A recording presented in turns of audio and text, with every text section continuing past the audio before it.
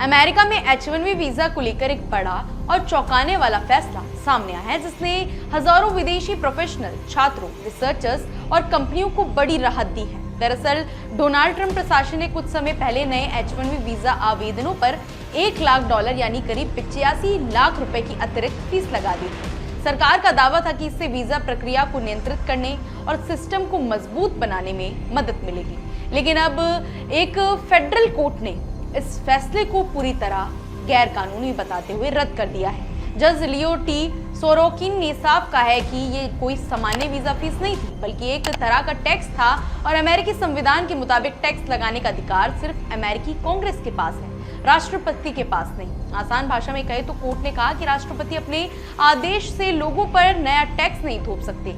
यही वजह है कि इस $1 लाख वाली फीस को तुरंत प्रभाव से रोक दिया गया है। खास बात यह है कि फैसला सिर्फ उन 20 राज्यों तक सीमित नहीं है जिन्होंने कोर्ट में केस किया था, बल्कि पूरे अमेरिका में लागू होगा। यानी अब देश भर में H1B वीजा के लिए आवेदन करने वाले लोगों को इस भारी भरकम फीस से राहत मिल सकती है।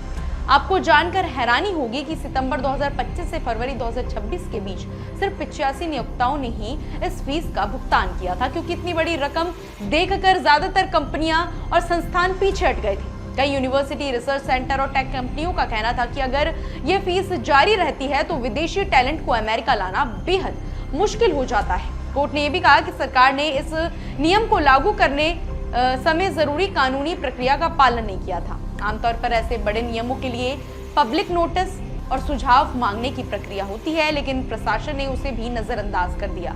यही नहीं, अदालत ने भी स्पष्ट किया कि अमेरिकी नागरिकता एवं इमिग्रेशन सेवा यानी USCIS आवेदन प्रक्रिया की लागत निकालने के लिए फीस तो ले सकती है, लेकिन उस फीस के जरिए सरकार के लिए भारी राजस्व नहीं जुटा सकती। इस फैसले के बाद इमिग्रेशन एक्सपर्ट्स और वकीलों ने इसे H1B वर्कर्स और कंपनियों की बड़ी जीत बताया है।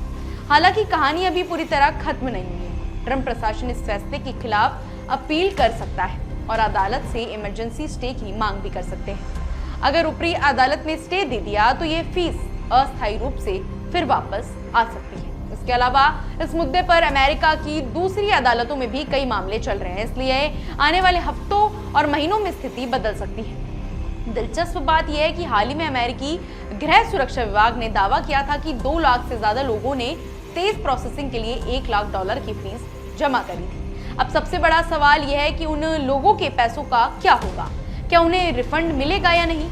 इस पर अभी कोई स्पष्ट जानकारी सामने नहीं आई है। कुल मिलाकर फिलहाल ये फैसला H1B वीजा पर निर्भर लाखों लोगों के लिए राहत की खबर है। खासकर भारतीय IT engineers, software professionals, researchers और अमेरिका में नौकरी का सपना देखने वाले युवाओं के लिए ये बड़ी जीत मानी जा रही है। लेकिन क्या ट्रंप प्रशासन इस फैसले को पलट पाएगा या फिर H1B वीजा फिर ये महंगी फीस हमेशा के लिए खत्म हो जाएगी? फिलहाल ऐसी अपडेट्स के लिए जुड़े रहिए हमारे चैनल द इंडिया मूव्स के साथ।